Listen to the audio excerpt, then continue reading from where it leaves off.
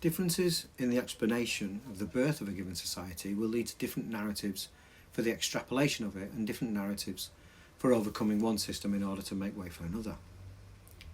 Arguments that emphasise technological developments, for instance, in the formation of Fordism or post-industrial society, say, tend to look for restraints on technology or even newer technologies to soften or eradicate the social problems caused by mechanisation, automation, digitalisation and AI.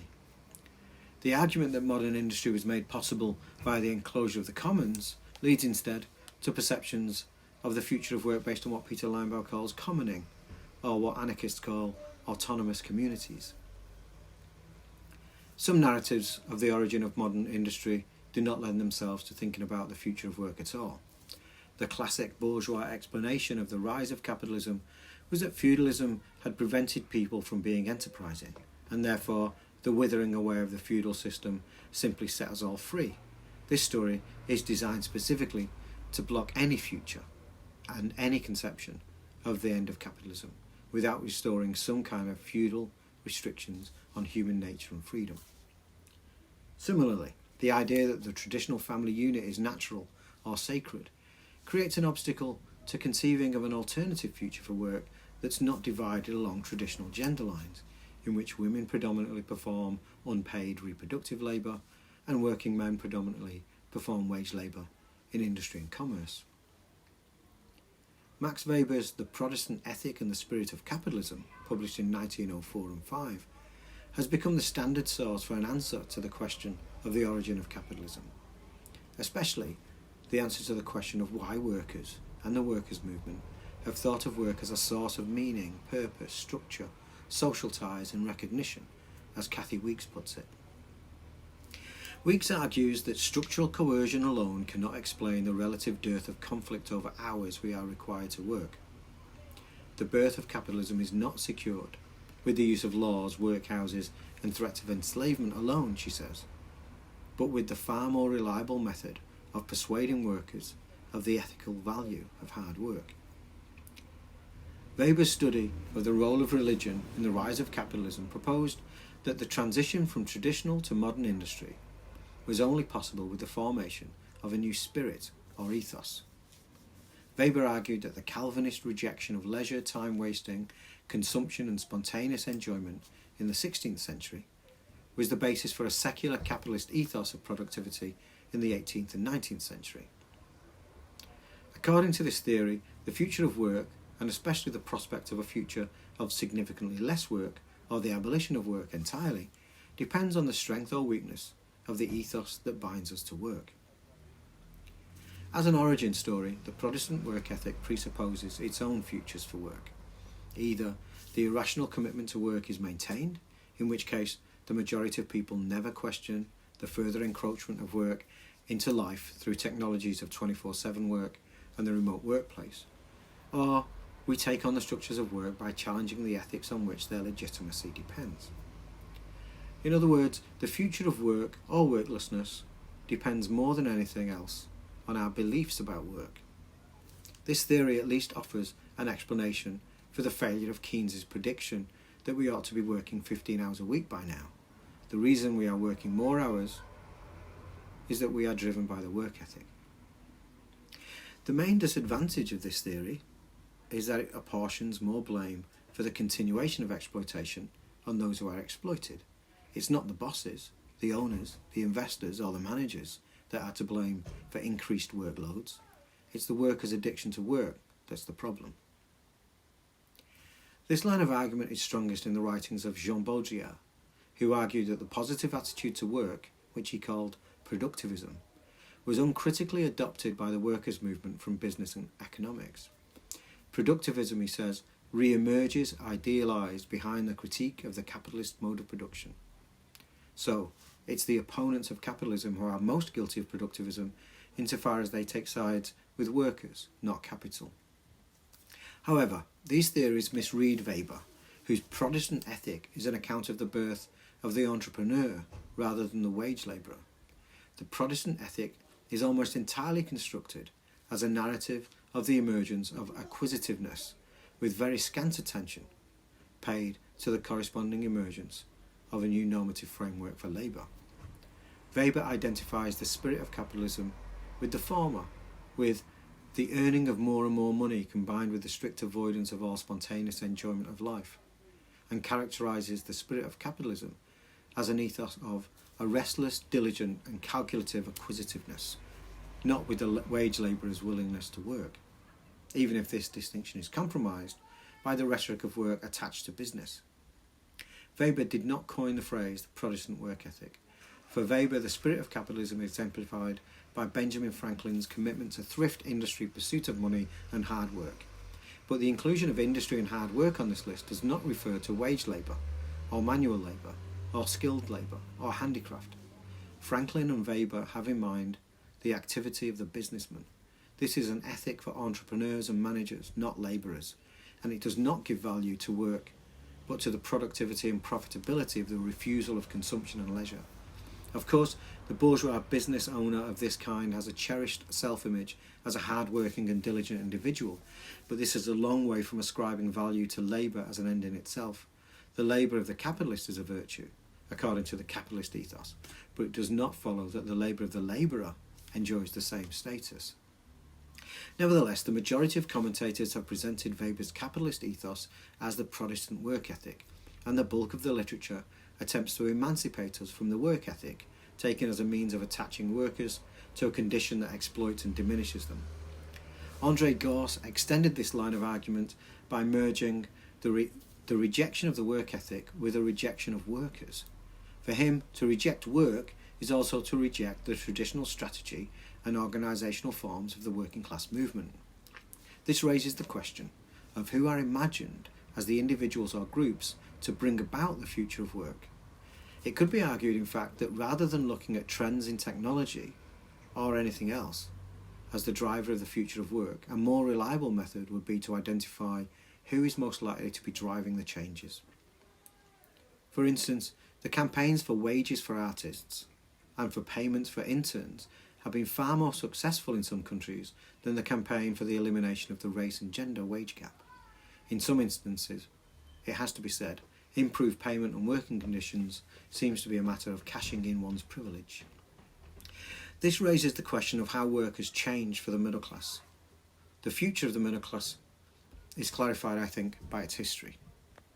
As early as the 1930s, Siegfried Kracauer observed that middle-class employees were suffering a systemic reduction in status, pay and control over their working processes. He called this the rise of the salaried masses, and it was characterised by a process of proletarianisation. Richard Hogarth commented on the same process in 1959.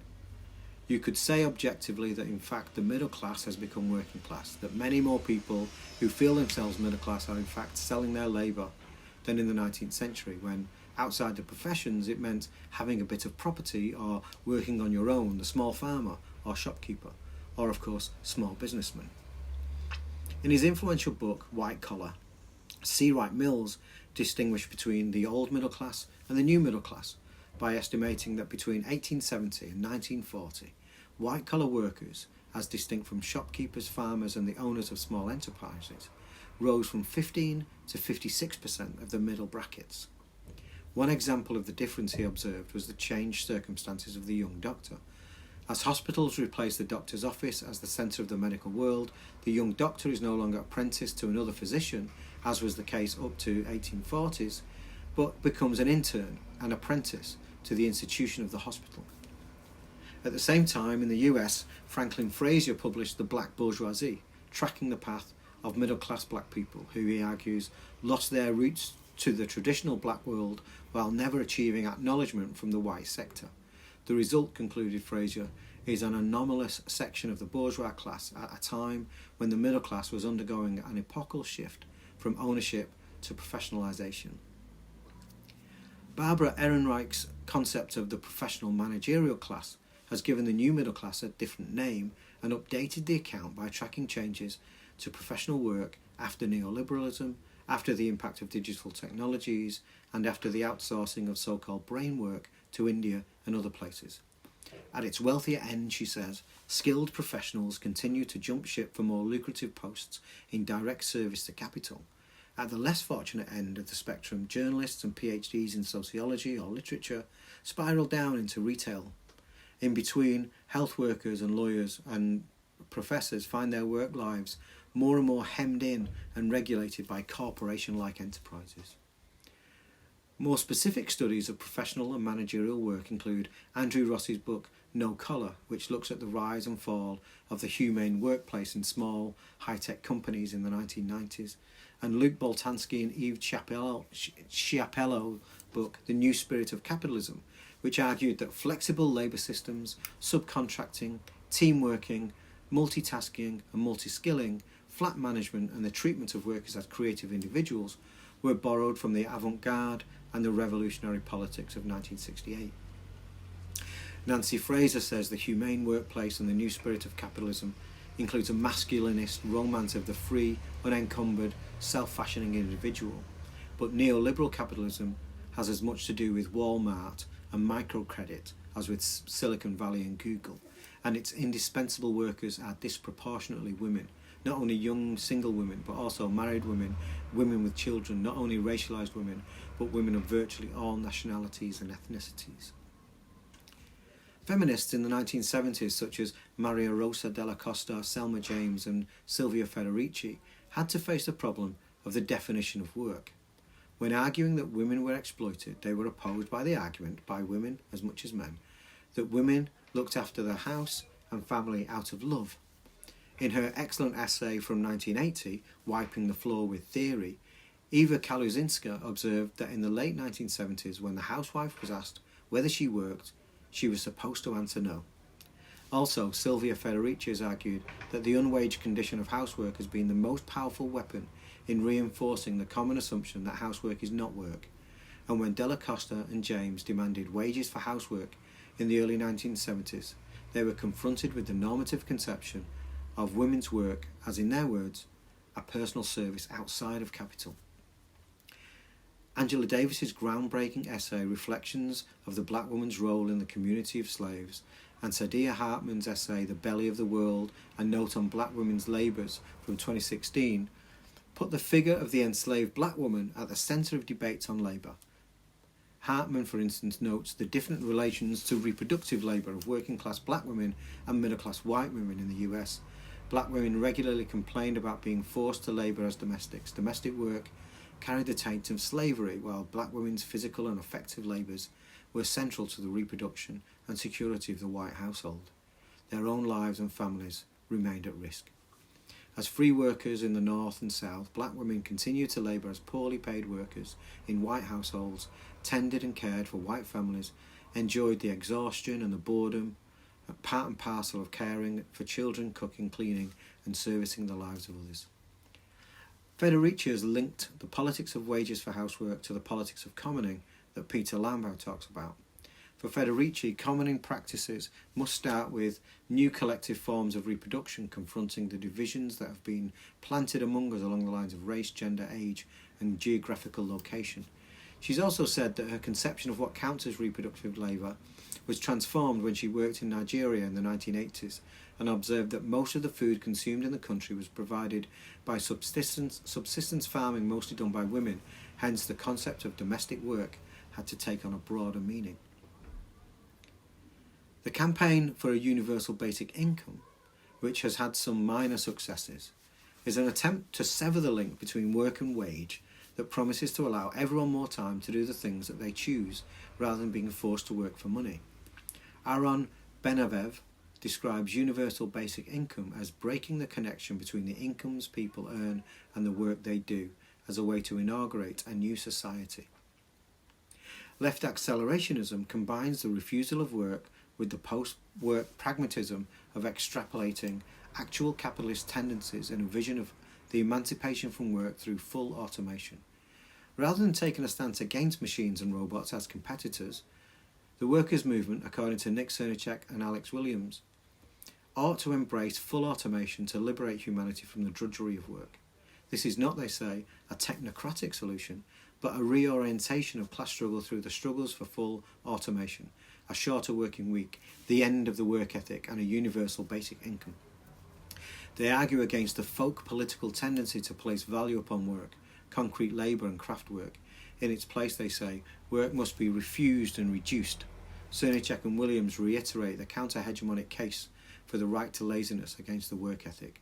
The traditional battle cry of the left, demanding full employment, they argue, should be replaced with a battle cry demanding full unemployment. The machine and its robotic apogee come to represent humanity's salvation from work in a new politics that rejects the emancipation through work in favour of the emancipation from work. Idleness was always embraced by the workers' movement in a limited sense. Initially, this took the form of demands to limit the length of the working day and to the entitlement of weekends and holidays away from work, as well as sickness pay and the provision of pensions to allow workers to retire in some comfort.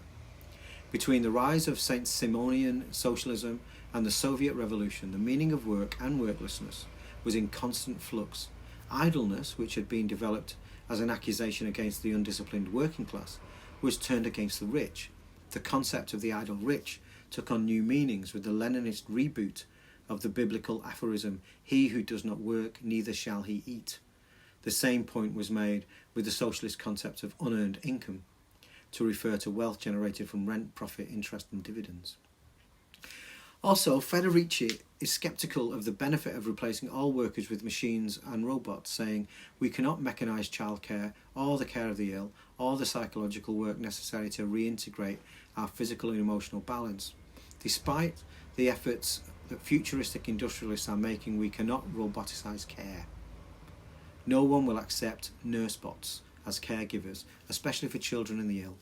Shared responsibility and cooperative work, not given at the cost of the health of the providers, are the only guarantees of proper care," she says. Cernicek and Williams see work as beneath the dignity of human beings and therefore something to be devolved to machines and robots. For them, the future without work is a society without workers, secured by full automation where new technology is deployed not in order to increase productivity or to extract more value, but for the single aim of the emancipation from labour. In this conception, all technologies are potentially technologies of rest. What they fail to explain is how this radical change in the purpose of technology will be brought about. In the absence of debates on how the world of work can change, contemporary theorists of work in the last 25 years have catalogued every species of work that has been created since the heyday of Fordism. In some cases, this means learning from the experience of workers who are being redeployed, retrained, casualised, and worse. An extensive list of names has accumulated to label these new regimes of work.